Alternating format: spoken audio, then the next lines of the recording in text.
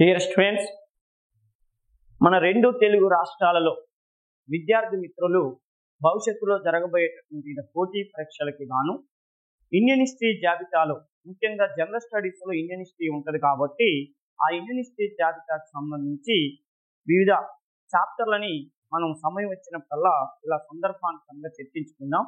ముఖ్యంగా తెలంగాణ రాష్ట్రంలో జరగబోయే గ్రూప్ 1 ప్రిలిమ్స్ కానీ అదేవిధంగా గ్రూప్ 2లో జనరల్ స్టడీస్లో ఇండియన్ హిస్టరీ విభాగం ఎక్కువ మార్కులు ఉంటుంది, అంటే 35 నుంచి 40 మార్కుల వరకు ఉంటుంది.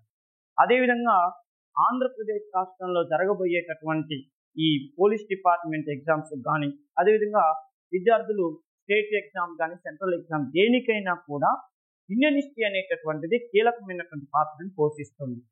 దీనికి సంబంధించి సందర్భానుసారంగా మనం ఆయా చాప్టర్ల గురించి అధ్యయనం చేద్దాం. ఇక విద్యార్థి మిత్రులకు ప్రత్యేకంగా తెలియజేసేది ఏమిటంటే, ఈ సమాచారం కోసం మీరు చేయాల్సినటువంటి పని ఏంటంటే, మనం Upendra the best history classes అనేటటువంటి దానిని మీరు సబ్స్క్రైబ్ చేసుకోండి. ఓకేనమ్మా, Upendra the best history classes అనేటువంటి దాన్ని సబ్స్క్రైబ్ చేసుకోండి.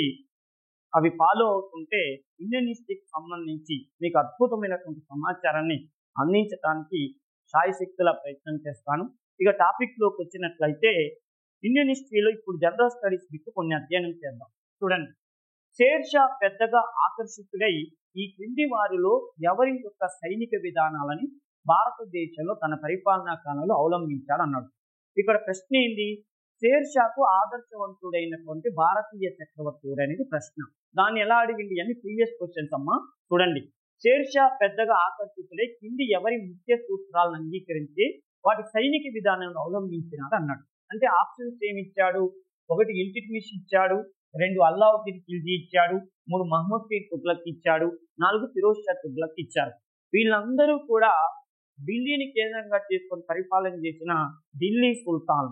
మరి ఈ ఢిల్లీ సుల్తాన్లలో మన షేర్షాకి బాగా ఆదర్శప్రాయుడైనటువంటి చక్రవర్తి ఎవరయ్యా అంటే, అసలు షేర్షా ఎవరు అని అంటే, షేర్షా భారతదేశంలో ఉత్తర భారతదేశంలో ఆగ్రాని రాజధానిగా చేసుకుని 1540వ సంవత్సరం నుంచి 1545వ సంవత్సరం వరకు ఒక 5 సంవత్సరాల పాటు అద్భుతమైనటువంటి పరిపాలన చేశాడు.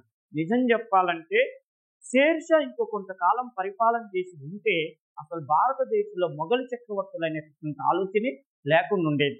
ఎందుకంటే మొఘలు వంశానికి చెందినటువంటి హుమాయూన్ని అధికారం కోల్పోయేలా చేసింది షేర్షాని. తర్వాత షేర్షా చనిపోయిన తర్వాతనే మళ్ళీ మొఘలు చక్రవర్తులు వచ్చి ఆక్రమించుకొని పరిపాలన చేయడానికి అవకాశం వచ్చింది. అంటే షేర్షా లాంగ్ టైం కనుక పరిపాలన చేసి ఉంటే అసలు మొఘలు చక్రవర్తులు అనేటువంటి వాళ్ళు ఓడిపోయిన వాళ్ళు దిక్కు దివాణం లేకుండా ఇండియా నుంచి వెళ్ళిపోయేవాళ్ళు. సూరు వంశానికి చెందినటువంటి ఇస్లాం చక్రవర్తి షేర్షా, సూరు వంశానికి చెందినవాడు షేర్షా సూర్ అంటారు. ఈయన 1540 నుంచి 45 వరకు పరిపాలన చేసింది.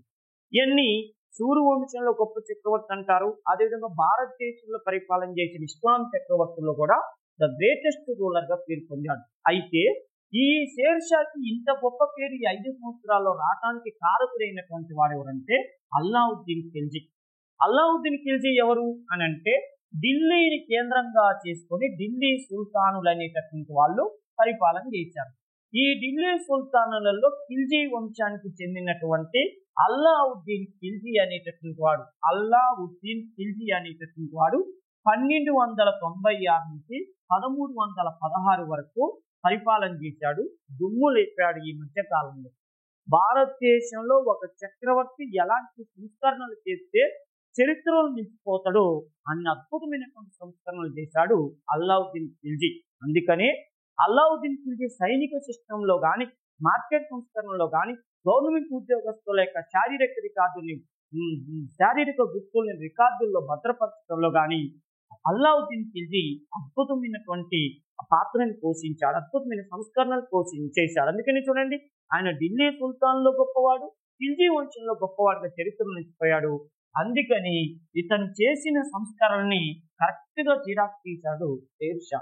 అందుకని ఇప్పుడు ఎగ్జామ్ పాయింట్ ఆఫ్ లో అల్లావుద్దీన్ ఖిల్జీ షేర్షాకు ఆదర్శప్రాయుడని గుర్తుపెట్టుకోండి. ఇక్కడ సందర్భం వచ్చింది కాబట్టి మళ్ళీ చెప్తున్నాను, అల్లావుద్దీన్ ఖిల్జీ షేర్షాకు అల్లావుద్దీన్ ఖిల్జీ ఆదర్శం. మళ్ళీ అక్బర్ ఉన్నాడు కదా, మొఘలు వంశ చక్రవర్తి అక్బర్, అక్బర్కి మార్గదర్శకులు ఎవరంటే షేర్షా. చూసారమ్మా, షేర్షాకి ఆదర్శం అల్లావుద్దీన్ ఖిల్జీ.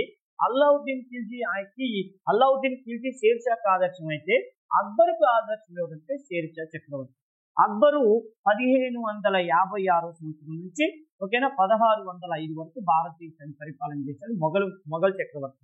అంటే చూడు, ఒకళ్ళకి ఒకళ్ళు ఆదర్శం అయ్యారు. ఇప్పుడు నేను చెప్పిన ఒక బిట్టుగా కాకుండా దానికి వెనక ముందు ఎక్స్ప్లెయిన్ చేశాను కాబట్టి రేపు మీకు కాంపిటేటివ్ ఎగ్జామ్లో ఈ బిట్టే ఇస్తారని గ్యారంటీ ఉండదు.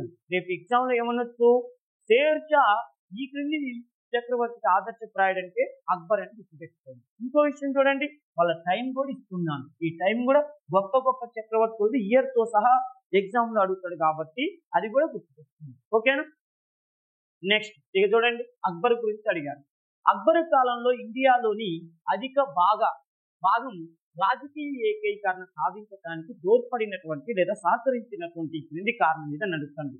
అక్బర్ కాలంలో ఇండియాలోని అధిక భాగం రాజకీయ ఏకీకరణ సాధించడానికి ప్రధాన కారణం ఏదంటండి అంటే ఒక్క మాటలో చెప్పాలంటే ఒకటేది, అది ఇంగ్లీష్ బిట్ని తెలుగులో ట్రాన్స్లేట్ చేసేసరికల్లా లేనిపోని పదాలను వస్తున్నాయి. ఒకటే గుర్తు పెట్టుకోవాల్సిన విషయం ఏంటంటే భారతదేశంలో మొఘల్ సామ్రాజ్యం అద్భుతమైన పొజిషన్ కంటే దేశం మొత్తం విస్తరించడానికి అక్బర్ అనుసరించిన ఏ విధానం కారకమవుతుందంటే చూడండి, ఆయన సైనిక విజయాల దీనిలాహి లేదా దైవమతమైనటువంటి స్థాపన చేయటం వలన లేదా హిందువుల నుండి సహకారం మద్దతు లభించటం వలన మెరుగైనటువంటి పరిపాలనా విధానాన్ని ప్రవేశపెట్టడం వలన ఎక్సలెంట్ ఆప్షన్స్ ఇవి. అర్థమైనా ఒకదానికోదానికి లింక్ ఉన్నటువంటివి. చూడండి, సైనిక విజయాలైనా కావచ్చు, దీనిలాహి అనే మతాన్ని స్థాపించడం వల్ల కావచ్చు, హిందువుల నుంచి సహకారం మద్దతు లభించడం వల్ల కావచ్చు, మెరుగైనటువంటి పరిపాలన విధానం వాళ్ళు అని అడుగుతాను. ఇందులో మరొకటే ఉండాలి కదా, ఏంటంటే చూడండి, అక్బర్ ఇందాకనే మనం చెప్పుకున్నాం. అక్బర్ అనేటటువంటి వాడు మొఘల్ సామ్రాజ్యాన్ని 1556 నుంచి 1605 వరకు పరిపాలన చేసినాడు. అక్బరు చక్రవర్తిగా కావటానికి చాలా కష్టపడ్డాడు. వాళ్ళ నాన్న హుమాయూన్ చనిపోయినాటికి అక్బర్కి కేవలం 14 సంవత్సరాల వయసు. అప్పుడు బైరామ్ ఖాన్ అనేటటువంటి వాడి సహకారంతో ఈయన చక్రవర్తిగా 2వ పానిపట్టు యుద్ధాన్ని గెలిచి ఆ సింహాసనాన్ని అధిష్ఠించుకున్నాడు. 2వ పానిపట్టు యుద్ధం 1556. ఆ సమయంలో మొఘలు వంశం వాళ్ళకి శత్రువులు చాలా మంది ఉన్నారు. అంటే ఆ హేము అనేటటువంటి వాడు కానీ, సూరు వంశం వాళ్ళు కానీ వీళ్ళందరూ పక్కల్లో బలినం దాకా మొఘలు సామ్రాజ్య చక్రవర్తిని ఓడించడానికి నడుము కట్టుకుంటున్నారు. ఈ సమయం ఆఫ్ఘన్స్ అనే వాళ్ళు కూడా వీళ్ళకి శత్రువులే మొఘల్స్. ఈ సమయంలో అక్బర్ తెలివి ఒక ప్లాన్ చేశాడు. ఈ భారతదేశంలో అత్యధిక సంఖ్యాకులు ఎవరు? హిందువుల యొక్క సపోర్ట్ ఉంటే నేను ఏదైనా సాధించవచ్చు. హిందువుల సపోర్ట్ ఉంటే ఈ దేశంలో నేను ఏదైనా సాధించవచ్చు. ఎందుకంటే అత్యధిక 90% హిందువులు ఉన్నారు. హిందువులతో శత్రుత్వం పెట్టుకుంటే అతి తొందరలో సింహాసనం కోల్పోతా. అందుకని హిందువుల సపోర్ట్ ఉండాలి. ఆ హిందువుల్లో కూడా ఎవరు సపోర్ట్ ఉండాలంటే రాజపుత్రుల సపోర్ట్ ఉండాలి. ఎందుకు రాజపుత్రులు అంటే ప్రాణాలైనా తెగిస్తారు కానీ వాళ్ళ నమ్ముకున్న వాళ్ళని నట్టేట ఉంచారు రాజపుత్రులు. ఒక్కొక్కడు ఒక్కొక్క మగధీర టైప్ లో ఉంటారు. ఇలాంటి వాళ్ళ సపోర్ట్ ఉంటే నా మొఘల్ సామ్రాజ్యం 3 శతాబ్దాలకైనా పరిపాలన చేయొచ్చని ఆలోచించాడు, ఆచరించాడు. అద్భుతంగా వాళ్ళ ఆశీస్సులు పొందాడు. భారతదేశంలో మొఘల్ వంశాన్ని మొఘల్ సామ్రాజ్యంగా అక్బర్ చేయటానికి ఈ హిందువుల నుంచి సహకారం అందుకున్నాడు. అందుకని చూడండి, ఆయన సింహాసనం ఎక్కగానే అతి తొందరలో ఏమని చెప్తున్నట్టుంటా, రాజపుత్రులు అంటే నాకు చాలా ఇష్టం, రాజపుత్రులతో నేను ఒక కొత్త విధానాన్ని పాటిస్తున్నాను, అదే రాజపుత్ర విధానం అని చెప్పాడు. ఈ రాజపుత్ర విధానమే అక్బరుకి ఎంత బలాన్ని చేకూర్చిందంటే ఒక ఉక్కు కవచం లాగా పనిచేసింది. నిజం చెప్పాలంటే భారతదేశంలో రాజపుత్రులు అనే వాళ్ళు స్వతంత్రాన్ని కోల్పోవటానికి అక్బర్ అనుసరించిన ఈ విధానం వల్లనే రాజపుత్రులందరూ కూడా డివైడ్ అయిపోయి కొంతమంది అక్బర్కి సపోర్ట్ ఇచ్చారు, కొంతమంది అక్బర్కి శత్రువులు అయ్యారు. కానీ అత్యధిక సంఖ్యాకులు మాత్రం అక్బర్కి వెన్నుదన్నుగా నిలబడ్డారు. అందుకని చూడండి, అక్బరు రాజపుత్ర స్త్రీ అయినటువంటి జోధాన్ని పెళ్లి చేసుకున్నాడు. ఆ తర్వాత ఇక సినిమా మొత్తం మారింది. రాజపుత్ర విధానంతో అక్బర్కి ఎదురు లేకుండా పోయింది. అందుకని ఇప్పుడు ఈ ప్రశ్న అంతా చూడండి, హిందువుల నుంచి మద్దతు పొందటం వల్లనే అతడు భారతదేశంలో గొప్ప స్థానాన్ని అనుసరించాడు. రేపు ఎగ్జామ్ ఏమంటాడు, 2 బిట్లు అడుగుతాడు, దీన్నే వేరే కోణాలు అడుగుతాడు. ఏ విధానం ద్వారా అక్బర్ భారతదేశంలో రాజ్య స్థాపన మొఘల్ సామ్రాజ్యాన్ని సుస్థిరం చేశాడంటే రాజపుత్ర విధానం అంటాడు. దాన్ని రివర్స్ లో అడిగితే రాజపుత్రుల్ని విమర్శించడానికి ఏదైనా ప్రశ్న అడిగింది అనుకోండి, ఏ విధానాన్ని అక్బర్ అనుసరించడం వల్ల రాజపుత్రుడు తమ సత్తాని, తమ ప్రతిభని, తమ నైజాన్ని కోల్పోయారంటే అక్బర్ అనుసరించిన రాజపుత్ర విధానం వల్ల వాళ్ళ స్వతంత్రాన్ని కోల్పోయారన్న విషయాన్ని గుర్తుపెట్టుకోండి. ఓకేనా. నెక్స్ట్, అక్బర్ మున్సబ్దారీ విధానంలో అత్యున్నత శ్రేణికి మున్సబ్దారులు పోషించాల్సిన అశ్విక దళం సంఖ్య ఎంత అన్నాడు. అసలు మున్సబ్దారులు అంటే ఎవరు అని అంటే, అక్బర్ తెలివిగా భారతదేశంలో కొత్త సిస్టాన్ని తీసుకొచ్చాడు. ఏంటంటే మున్సబ్దారీ విధానం. మున్సబ్ అంటే ఏంటంటే హోదా అని అర్థం. హోదా అంటే ఏనే పరిపాలన చూసుకోవటం, ఏనే సైన్యాన్ని పోషించుకోవడం. అంటే ఓ చక్రవర్తి పరిపాలన చేయాలా, ప్రజలకు అద్భుతమైనటువంటి సంస్కరణలు చేయాలి, మా చక్రవర్తి అద్భుతంగా పరిపాలన చేస్తుందని ప్రజలందరూ ఆయన్ని పొగడాలి. దాంతోపాటు సైన్యాన్ని కూడా ఆయనే సమకూర్చుకోవాలనుకోండి.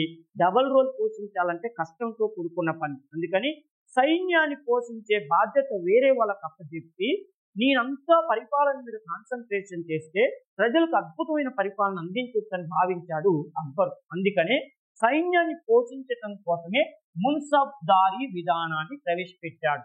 మరి ఈ మున్సబ్దారీ విధానంలో మున్సబ్ అంటే ఏంది? హోదా. ఈ హోదాలో ఉద్యోగస్తులు ఉంటారు కదా, వాళ్ళని మున్సబ్ అంటారు కదా. వాళ్ళు అతి చిన్న మున్సబ్ అంటేనేమో 10 మంది సైన్యాన్ని పోషించి అక్బర్ ఏదైనా యుద్ధానికి పోయేటప్పుడు ఆ సైన్యాన్ని పంపిస్తే వీళ్ళని చిన్న మున్సబ్ అంటారు. మరి 5,000 సైన్యం నుంచి 7,000 సైన్యాన్ని పోషించే వాడిని అత్యున్నత మున్సబ్దారు అంటారు, పెద్ద మున్సబ్దారు అంటారు. అంటే అతి చిన్న మున్సబ్దారు, అతి పెద్ద మున్సబ్దారు. ఓకే. ఇప్పుడు వేరే ఆప్షన్ ఏమి ఇచ్చాడు? 10,000 ఇచ్చిందా, 8,000 ఇచ్చిందా, 5,000 ఇచ్చిందా, 3,000 అంటే 5,000 మంది సైన్యాన్ని పోషించని అత్యున్నత మున్సబ్దారు అంటారు. ఓకేనా.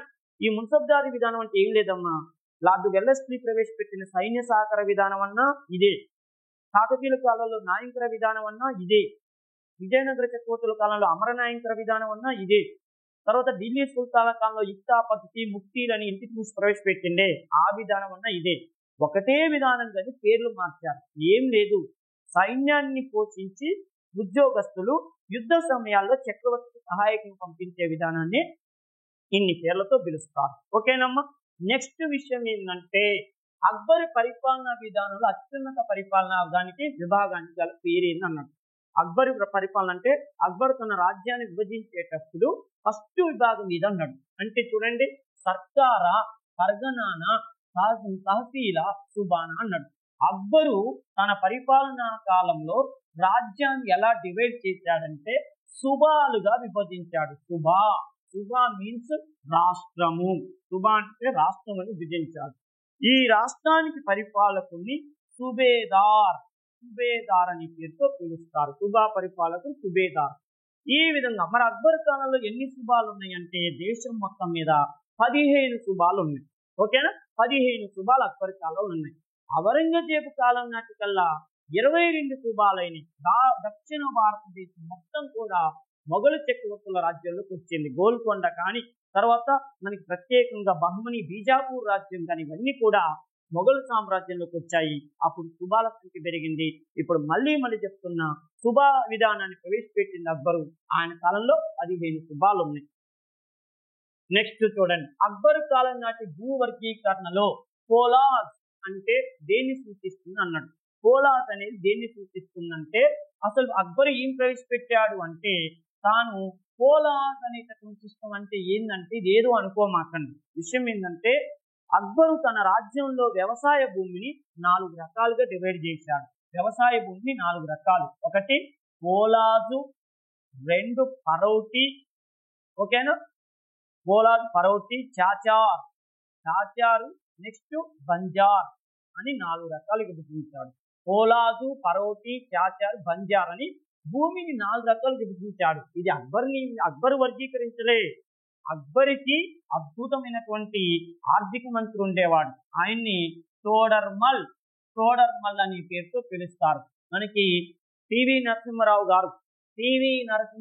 గారు మీ అందరికి తెలిసిన స్టోరీయే. పివి నరసింహారావు గారు 1991 నుంచి 1996 వరకు ప్రధానమంత్రిగా పనిచేసినప్పుడు ఈయనకు ఆర్థిక మంత్రిగా పనిచేసిన వ్యక్తి ఎవరు? మన్మోహన్ సింగ్ గారు ఎలా అయితే పారిశ్రామిక సంస్కరణలు 1991 పారిశ్రామిక సంస్కరణలకి ఈ పివి నరసింహారావుకి హెల్ప్ చేశాడో, అవునా, ఎలా హెల్ప్ చేశారు? వాళ్ళిద్దరు కలిసేగా సంస్కరణలు చేశారు. ఎల్పిజి సిస్టమ్ అని మీరు కూడా ఎకనామిక్స్ లో చదువుతారు. LPG system, liberalisation, privatisation, globalisation అని ఎంత గొప్ప పేరు వచ్చిందో వాళ్ళిద్దరికి. అదే విధంగా అక్బరు కాలంలో అక్బరు చేసిన సంస్థలు అన్నిటి వెనక ఉన్నటువంటి వ్యక్తి ఎవరంటే తోడర్మల్. ఈయన రాజ్యాన్ని 4 భాగాలు విభజించాడు. ఎలా విభజించాడు? పోలాద్, పరౌటి, చాచర్, బంజార్. మరి పోలాద్ అనేది ఏమి సూచిస్తుందంటే చూడండి, ఇది ఎప్పుడు బీడు భూమిగా లేదు. అంటే సంవత్సరానికి 2-3 పంటలు, రబీ సీజను, ఖరీఫ్ సీజను, జై హింద్ సీజన్, మొత్తం 3 సీజన్లో కూడా పంటలు పండేటటువంటి భూమిని ఏమంటారంటే ఎప్పుడు సారవంతమైన భూమిని పోలాద్ అనే పేరుతో పిలుస్తారు. అత్యున్నతమైన భూమి, ఓకేనా, అత్యంత విలువైన భూమిని పోలాద్ అంటారు. మాగాణి భూమిని గుర్తుపెట్టుకోండి. నెక్స్ట్ విషయం ఏంటంటే అక్బర్ ఇబాదత్ స్థానాన్ని నిర్మించిన ప్రదేశం ఏది అన్నాడు. అసలు ఇబాదత్ స్థానం అనేది ఏంటి అని అంటే 1575 సంవత్సరంలో అక్బరు ఒక ప్లాన్ వేసింది. ఏంటంటే ఒక ముస్లిం మతానికి చెందిన నేను హిందువుల దగ్గరికి వెళ్ళాలంటే మతం అడ్డం వస్తుంది. ఎందుకంటే హిందువులేమో ఆచారాలు, సాంప్రదాయాలు ఇవన్నీ ఉన్నాయి. మరి నేను ఇస్లాం మతం వాళ్ళని నన్ను ఎంత దగ్గరికి కలపాలని ఎన్ని ప్రయత్నాలు నేను చేసుకున్నా కూడా ఏదో మతం అనేది అడ్డం వస్తుంది. అందుకని ఒక పని చేద్దాం. అసలు ఒక్కొక్క మతం ఏం చెప్పుద్ది? భారతదేశంలో ఉన్న జైన మతం కానీ, భారతదేశంలో ఉన్న బౌద్ధ మతం కానీ, భారతదేశంలో ఉన్న హిందూ మతం కానీ, క్రైస్తవ మతం కానీ, ఈ మతాలన్నీ కూడా జొరాస్ట్రియన్ మతం, అన్ని మతాలు అసలు ఏం చెప్తాయి?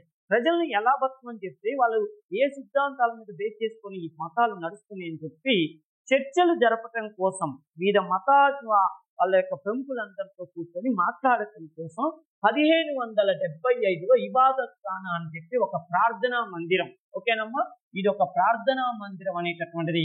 ఈ ప్రార్థనా మందిరాన్ని అక్బరు 1575లో ఎక్కడ స్థాపించాడంటే ఫతేపూర్ సిక్రీ, తన రాజధాని ఫతేపూర్ సిక్రీలో యమునా నది ఒడ్డున ఫతేపూర్ సిక్రీ అనే నగరాన్ని ఆయన నిర్మించాడు. కాబట్టి అక్కడే 1575లో ప్రార్థనా మందిరాన్ని నిర్మించాడు. ఓకేనా. నెక్స్ట్ చూడండి, మరాఠీ భాషలో భక్తిపరమైన సారస్వతాన్ని వెలువరించింది ఎవరు అన్నాడు.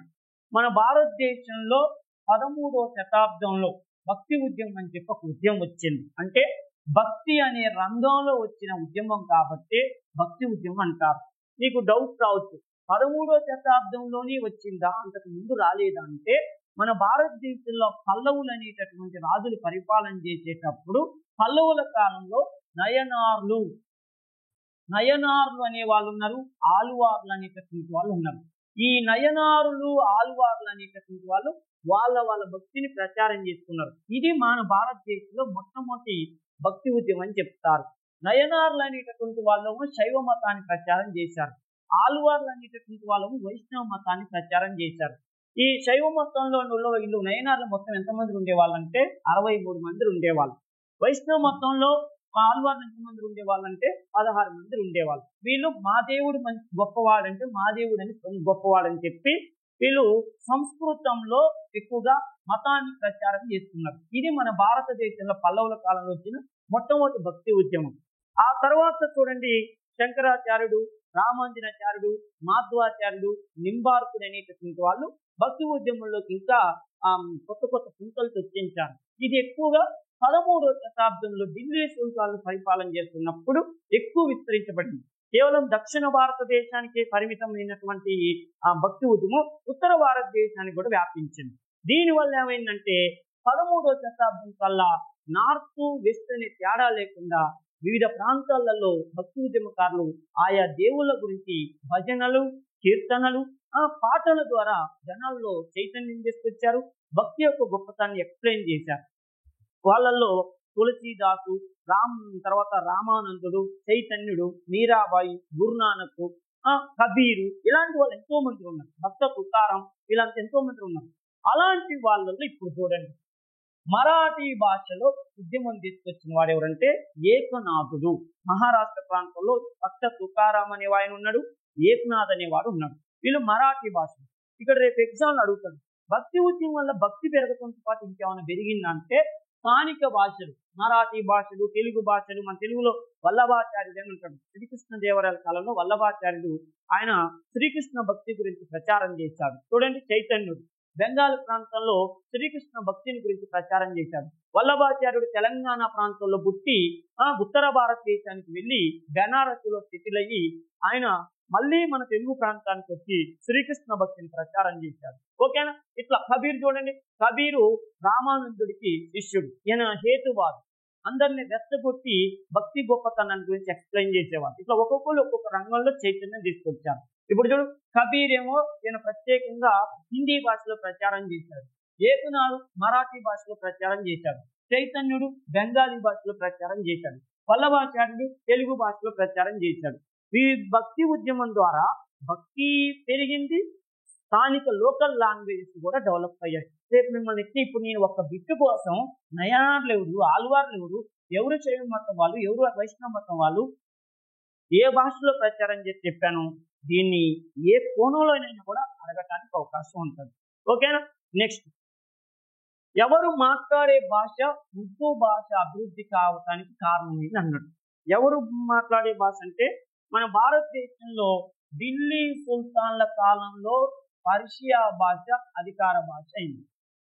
తర్వాత చూడండి, మొఘల్ చక్రవర్తుల కాలంలో పర్షియా భాష అధికార భాష అయింది.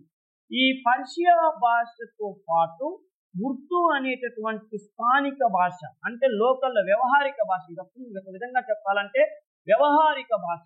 ఈ వ్యవహారిక భాష ఎవరి వల్ల డెవలప్ అయిందంటే సైనిక కేంద్రాల్లో పనిచేసేటువంటి సైనికులు ఉంటారు కదా, వాళ్ళు మాట్లాడుతున్న చిన్న చిన్న పదాలు, ఇస్లాం మతానికి చెందినటువంటి చిన్న చిన్న పదాలని ఆ వ్యవహారిక భాషలో మాట్లాడుకోవటం వల్ల పారసీక భాష స్థానంలో క్రమక్రమంగా అభివృద్ధి చెందినటువంటి భాష ఏంటంటే ఉర్దూ భాష. ఎందుకంటే సైన్యంలోకి గుర్తి రకరకాల ప్రాంతాల నుంచి సైనికులు వస్తారు కాబట్టి ఆ గుడారాల్లో కూర్చొని వాళ్ళందరికీ అర్థమయ్యేటటువంటి సులభమైన భాష పారసీక భాషలో మాట్లాడుకోవటం వల్ల కొత్త భాష కూడా గుర్తింది, అదే ఉర్దూ భాష అంటారు.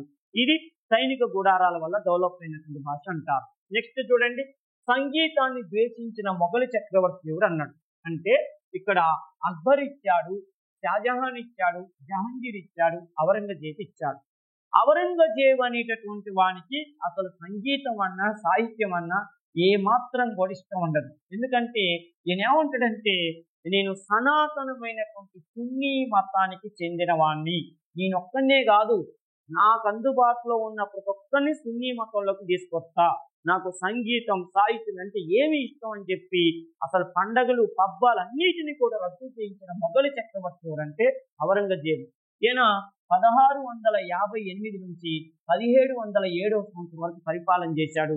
ఈయన తన చాదస్తం వల్ల అంటే నేను ఇస్లాం మతంలో సున్నీ మతానికి చెందిన వాడిని, అందుకని నాకు అందరూ కూడా సున్నీ మతంలో ఉండాలని తన అన్నదమ్ముల్ని చంపుకున్నాడు, తన తండ్రిని ఇబ్బంది పెట్టిండు, తన చెల్లెల్ని ఇబ్బంది పెట్టాడు, సాటి భారతదేశ చక్రవర్తులందరినీ ఇబ్బంది పెట్టిండు.